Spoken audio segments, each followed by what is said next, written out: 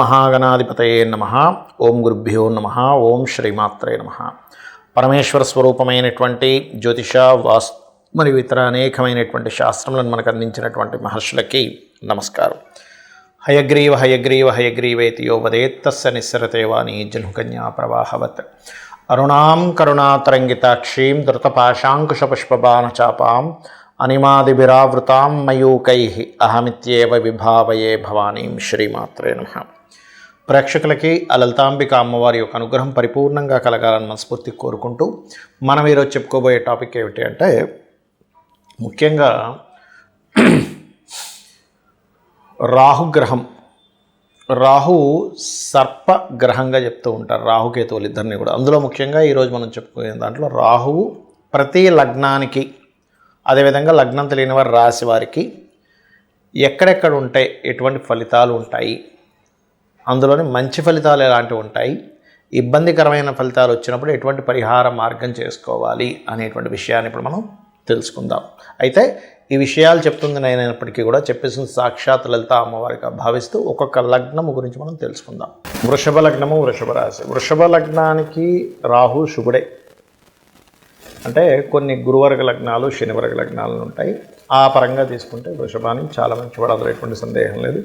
అందులోని వృషభంలో కనుక రాహు ఉన్నట్లయితే ఉచ్చస్థానం వృషభానికి రాహు అనేటువంటిది పర్టికులర్గా పేరు ప్రఖ్యాతలని, సొసైటీలో ఒక గుర్తింపుని ఇస్తాడు అక్కడ. అందులో ముఖ్యంగా సినిమా ఫీల్డ్ ఇట్లాంటి వాటిలో గుర్తింపు ఇస్తాడు. అదే రెండవ స్థానంలో ఉన్నాడు రాహు. ఎవరు సాధించలేనటువంటి విధానంలో ధనాన్ని సాధించడం, ఎవరికి అసాధ్యం కానటువంటి దాంట్లో ధనం, ముఖ్యంగా ఆన్లైన్లో కావచ్చు. అలా ఆన్లైన్ అంటే మీరు ఏదో ప్యాకెట్లు లేకపోతే షేర్ మార్కెట్లు ఇవి కాదు, ఆన్లైన్ బిజినెస్ ఏదైనా సరే. కాకపోతే మీకు మూడో స్థానంలో రాహు ఉన్నట్లయితే పొరపాటును కూడా మీరు సోమవారాలు అగ్రిమెంట్స్ చేయకండి. ఎట్ ఏ సేమ్ టైం ఎవరితోనైనా ఏదైనా సంతకం పెట్టేటప్పుడు, అందులో ముఖ్యంగా రాహు మహర్దశ, చంద్ర మహర్దశలు వచ్చినప్పుడు మోసపోవడాలు జరుగుతాయి అగ్రిమెంట్స్ వల్లే. ఏదైనా సంతకం పెట్టడం వల్ల మీ సంతకాన్ని ఎవరైనా ఫోర్జరీ చేయడం ఇట్లాంటివి కూడా జరుగుతుంటాయి. కానీ నాలుగో స్థానంలో రాహు ఉన్నప్పుడు మాత్రం ఆదివారాలు కానీ శనివారాలు కానీ ప్రాపర్టీస్ కొనకూడదు. అయితే ఇక్కడ నాలుగో స్థానం రాహు ఉన్నప్పుడు సమ్ టైమ్స్ మీకు నాలుగో అధిపతి కనుక బాగుంటే విదేశాల్లో ప్రాపర్టీస్ కూడా కొనుక్కుంటారు.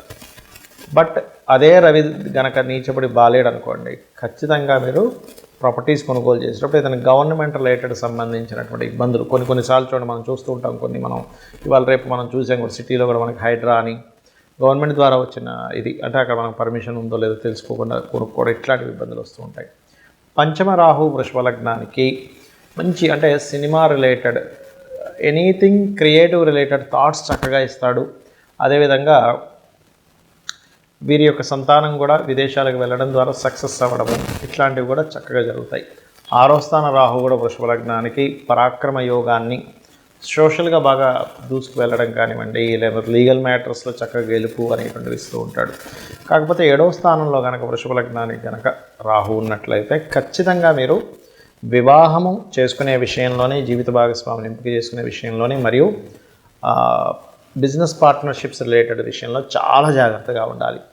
అష్టమ రాహు ఆకస్మికంగా మార్పులను ఇస్తాడు వృషభ లగ్నానికి. భాగ్యరాహు మాత్రం దూర ప్రాంతాలకు వెళ్ళి ఎడ్యుకేషన్ రిలేటెడ్ సంబంధించిన విషయంలో కొంత స్ట్రెస్ని, కొన్ని ఆటంకాలను కలిగిస్తుంటాడు. దశమరాహు మీకు ఉద్యోగ సంబంధించిన విషయం ఒకటే కాకుండా వ్యాపారాలు కూడా చేసేటువంటి యోగాన్ని ఇస్తాడు మీకు వృషభ లగ్నానికి దశమంలో రాహు ఉన్నట్లయితే. కాకపోతే ఇక్కడ ఈ లాభంలో ఉండేటువంటి రాహు వృషభ లగ్నానికి మంచివాడే. కాకపోతే కొన్ని సందర్భాల్లో కొన్ని చేయకూడని కొన్ని పనులు ఇంకోరి ద్వారా మనం చేయడం వల్ల ఇబ్బంది వస్తుంది. అయితే ఇక్కడ 12వ స్థానంలో రాహు ఉన్నప్పుడు మాత్రం ఆఫ్టర్ మ్యారేజ్ తర్వాత కొన్ని జాగ్రత్తలు తీసుకోవాలి. అయితే ఇక్కడ మీరు నిత్యము చేయవలసినటువంటి దేవతా ఆరాధన, ముఖ్యంగా విష్ణువు యొక్క ఆరాధన చేయండి, అన్ని విధాలు బాగుంటుంది. ఇక్కడ రాహువు కేతువు ఛాయాగ్రహాలుగా చెప్పబడింది శాస్త్రంలో. అయితే ఈ ఛాయాగ్రహాలు ముఖ్యంగా జన్మజాతకంలో ఎక్కడైనా స్థితి పొందాయి అంటే మనం ఫస్ట్ ఆఫ్ ఆల్ మనం అర్థం చేసుకోవాలి ఏంటంటే, మీ లగ్నం నుంచి శుభత్వంగా ఉండేటువంటి ప్లేస్లో మిత్రక్షేత్రంలో ఉందా, శత్రుక్షేత్రంలో ఉందా అనేది ఫస్ట్ చూసుకోండి. అంతేగాని రాహు ఎక్కడుంటే అక్కడ ఖచ్చితంగా పాప ఫలితాలు ఇవ్వాలని రూల్ లేదు, కేతు ఎక్కడుంటే అక్కడ పాప ఫలితాలు ఇవ్వాలని రూల్ లేదు. ఇందులో మరొక విషయం ఏంటంటే, చాలామందికి కాలసర్ప దోషం అన్నది ఎక్కువగా చూసుకుంటూ ఉంటారు. ఒకటే గుర్తుపెట్టుకోండి, కాలసర్ప దోషం అనేటువంటిది కాలానికి సంబంధించింది. అంటే ఈ దేశంలో ఈ ప్రాంతంలో ఇలాంటివి జరుగుతాయని చెప్పడానికి మాత్రం దేశకాల సంబంధించిన వాటిని ఆ దేశానికి ఏ లగ్నం అవుతుంది, ఏ రాశి అవుతుందో చూసుకొని ఈ దేశంలో ఇక్కడ సునామీలు వస్తాయనో, లేకపోతే భూకంపాలు వస్తాయనో, కరువు కాటకాలు ఉంటాయనో, గొడవలు జరుగుతాయనో ఇట్లాంటివి చెప్పడానికి చెప్పారు. కానీ జన్మజాతకాన్ని కాలసర్ప దోషం అప్లై చేయమని ఎక్కడ చెప్పలేదు. సర్పదోషాన్ని మాత్రం అప్లై చేయమని చెప్పారు. అది పర్టికులర్గా మీకు మేష, వృశ్చిక, అదేవిధంగా కర్కాటక, సింహ ఈ రాసుల్లో ఉన్నప్పుడు ఎక్కువగా సర్పదోషం ఎక్కువగా పనిచేస్తూ ఉంటుంది. అది ముఖ్యంగా గుర్తుపెట్టుకోండి. ఎవరికైనా సర్పదోషం ఉంది, ఇప్పుడు మనం ఇప్పటివరకు కొన్ని లగ్నాల గురించి చెప్పుకుంటూ వచ్చాం. ఈ లగ్నం వాళ్ళకైతే ఇది ఈ ప్లేస్లో ఉంటే ఇది అని. కానీ లగ్నము, నక్షత్రము, రాశి ఏమీ తెలియదు. అప్పుడు ఏం చేయాలి అంటే సింపుల్గా మీకు సర్పదోషం ఉంది లేదు అనేటువంటిది సిమ్టమ్స్ ఏమిటి అంటే, ఒకటి విపరీతమైన కోపం వస్తూ ఉంటుంది. చిన్న చిన్న విషయాలకు కోపం రావడం జరుగుతూ ఉంటుంది. సంథింగ్ నెగటివ్ ఎనర్జీ తొందరగా మీకు అట్రాక్ట్ అవుతూ ఉంటుంది సర్పదోషం ఉన్నప్పుడు. అదేవిధంగా స్త్రీలకైతే మిస్క్యారేజ్ అవ్వడము, విదేశాలకి వెళ్ళాలి అనేటువంటి ఒక సంకల్పం తీసుకొని అక్కడికి వెళ్ళిన తర్వాత అక్కడ ఇబ్బంది పడడము, లేనట్లయితే ఇక్కడి నుంచి వెళ్ళేటువంటి ప్రయత్నం చాలా మట్టుకు మీరు ఎన్నిసార్లు ప్రయత్నం చేస్తున్నా ఫెయిల్ అవుతూ ఉండడము. అదేవిధంగా అదే సర్పదోషం కనుక కొన్ని అంటే మీకు మనకి ఇప్పుడు జాతక చక్రం లేదని మాట్లాడుకుంటున్నాం కాబట్టి సప్తమ స్థానం మీద పడితే కనుక ఒక్కొక్కసారి వారికి వివాహ జీవితంలోనే ఇబ్బందులు కలగడం లాంటివి జరుగుతూ ఉంటాయి. కాబట్టి మీరు దీనికి ఏం చేయాలంటే చాలా సింపుల్గా ఎవరికైనా సరే జాతకం తెలిసినా తెలియకపోయినా సర్పదోషం ఉందంటే దాని నివారణ మార్గం ఒకటి కాళహస్తికి వెళ్ళడం. ఆ ఈశ్వరానుగ్రహం, రాహుకేతువులు పూజతో పాటు ముఖ్యంగా అక్కడ ఈశ్వరానుగ్రహం కలగడం వల్ల కాళహస్తికి వెళ్ళిన వాళ్ళకి శుభం కలుగుతుంది, గుర్తుపెట్టుకోండి. రెండవది నవగ్రహాలలో ఛాయాగ్రహాలైనటువంటి రాహుకేతు గ్రహాల దగ్గర దీపారాధన చేయడము. మీకు దగ్గరలో రావి చెట్టు ఉన్నట్లయితే రావి చెట్టు కిందని మనకి సర్ప ప్రతిష్ఠ చేసి ఉంటాయి కొన్ని, అక్కడికి వెళ్ళి చక్కగా ఒక చెంబు నీళ్ళలో పసుపు, కుంకుమ, గంధం వేసి కలిపి వాటి చుట్టూ ప్రదక్షిణాలు 3 కావచ్చు, లేనట్లయితే 11 కావచ్చు, 21 కావచ్చు, 41 కావచ్చు ప్రదక్షిణాలు చేసి వాటి మీద ఆ సర్పముల మీద వేయడము. అదేవిధంగా సర్ప సూక్త పారాయణము వినడం కానీ చేయడం కానీ చేయాలి.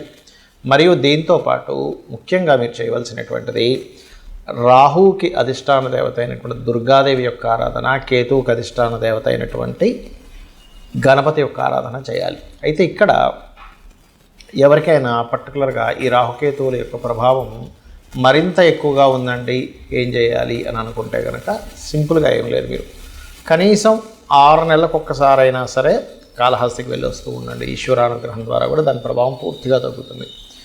మరొకటి ఏంటంటే ఈ రాహుకేతువులు గోచారంలో సంచరించేటప్పుడు కూడా మీ లగ్నం నుంచి ఎన్నో స్థానంలో సంచరిస్తున్నాడో చూసుకోవాలి. అందులో ప్రధానంగా ధనస్థానంలోకి వచ్చినప్పుడు కొంచెం ఫైనాన్స్ విషయంలో జాగ్రత్తగా ఉండడము, 3వ స్థానంలోకి వచ్చినప్పుడు అగ్రిమెంట్స్ విషయంలో జాగ్రత్తగా ఉండడము, 4వ స్థానంలోకి వచ్చినప్పుడు పర్టికులర్గా మీరు ఏదైతే ప్రాపర్టీస్ కొనుగోలు చేసేటువంటి విషయాల్లోని ఇట్లాగా ఒక్కొక్క స్థానాన్ని బట్టి ఆ పర్టికులర్ ఇయర్లో, ఎందుకంటే 1.5 ఇయర్ ఉంటాడు కాబట్టి ఆ పర్టికులర్ ఇయర్లో గోచారంలో వచ్చేటువంటి రాహుకేతువుల యొక్క ప్రభావాన్ని చూసుకోవాలి. అంటే కేతు కనుక అలా వచ్చినప్పుడు ఒకరికి రాహు కనుక వచ్చాడు 4th హౌస్లో, 2nd హౌస్లో, అలాంటప్పుడు అక్కడ అది కొంచెం ఆ యొక్క విషయాల్లో ఆశను పెంచడము ఇట్లాంటివి ఇస్తూ ఉంటుంది. బట్ ఏదేమైనప్పటికీ కూడా మీ పర్సనల్ చార్ట్లో ఉండేటువంటి కాంబినేషన్స్ని, గోచారంలో ఉండేటువంటి గ్రహాలని మిళితం చేసుకొని చూసుకోవాలి.